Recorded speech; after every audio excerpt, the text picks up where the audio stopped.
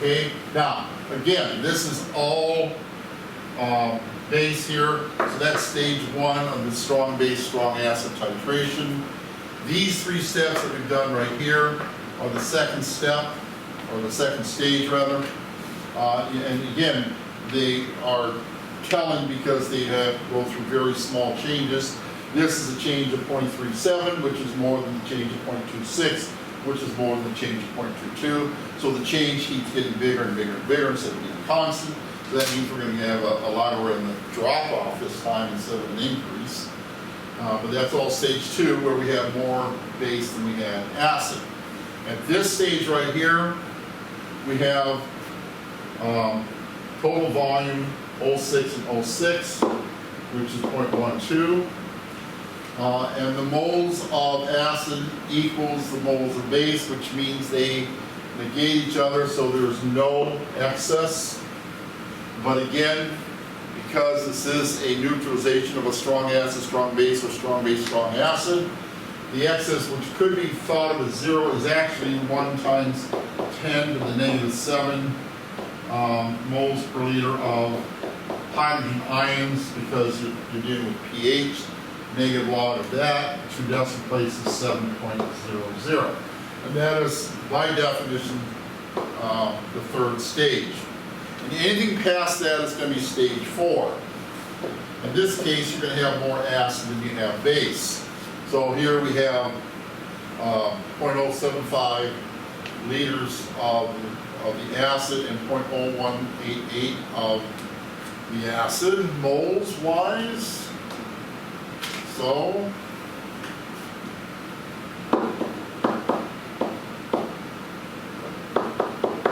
and we have 0.015 moles of OH negative, and that's really 875. Again, if you don't round it off, that's fine. And you're going to lose all that because it's all being eaten up by this, but this will eat up 0.015 of the acid. It's going to leave you 0.00375 moles of hydrogen ions.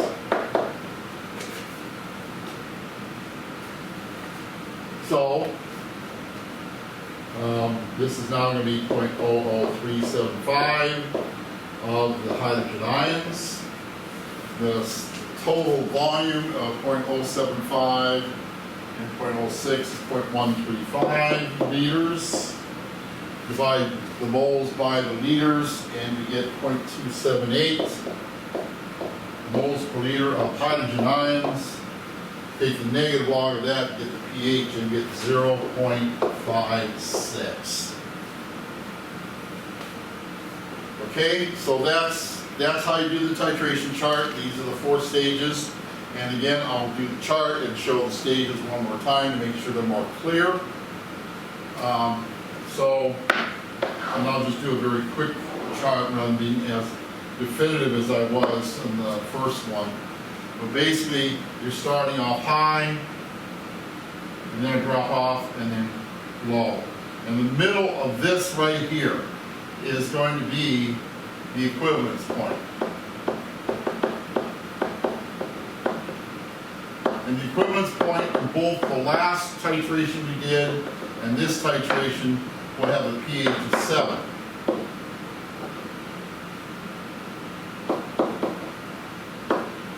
Okay, so we start off very high. This was 13.40 right here, and this was the last one we had was 0.56, so very, very low. Now, so that means then that this was stage 1.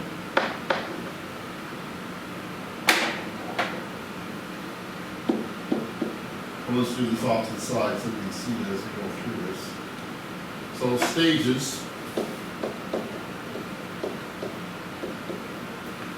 This is no acid, which means that the pH was 14 plus the log of the concentration of base. So that's stage 1 right there. Stage 2 is from here to the equivalence point, and that is where we have more base than acid. So the base is greater than the acid in terms of moles, and that means that the pH was going to be greater than 7. Okay, then we get to the equivalence point, that's stage 3. That means then that the base and the acid moles were the same, and that the pH is equal to 7. And then from here all the way down to where the chart ended, and that is stage 4. This is where we have acid is greater than base in terms of moles, and that means that the pH then is going to be less than 7. Okay, so very similar to the previous one. This is what we call an inverted curve. If you take the same curve, flip it upside down, and stick it into where the this part right here ends up at the beginning down there, it'll look the same as that other chart that we did. So, practice problems.